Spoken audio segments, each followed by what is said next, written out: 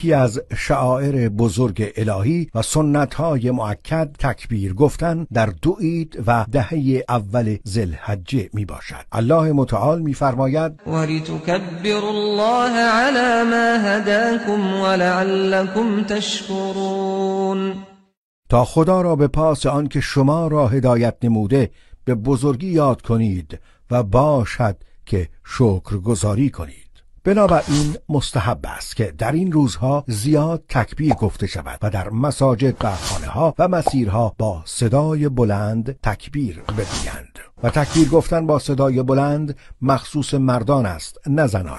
تکبیر 2 نوع است، مطلق و مقید. تکبیر مطلق آن است که با آغاز ماه ذوالحجه شروع می شود و تا آخرین روز ایام تشریق ادامه دارد و در عید فطر از شب عید تا وقتی که امام برای نماز می ایستد گفتن آن سنت است. و اما مقید گفتن تکبیر بعد از نمازهای فرض سنت است. الله متعال می فرماید اذکروا الله فی ایام معدودات، و الله را در روزهای مشخصی یاد کنید.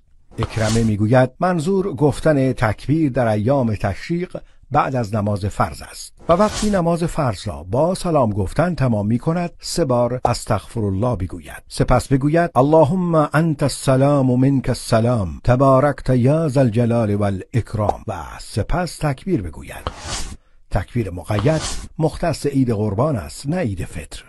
تکبیر مقید برای غیر حاجی از صبح روز عرفه آغاز می شود و برای حاجی از نماز ظهر روز عید شروع می شود و پایان آن برای همه بعد از نماز عصر آخرین روز ایام تشریق است. و تکبیر کلماتی دارد که عبارتند از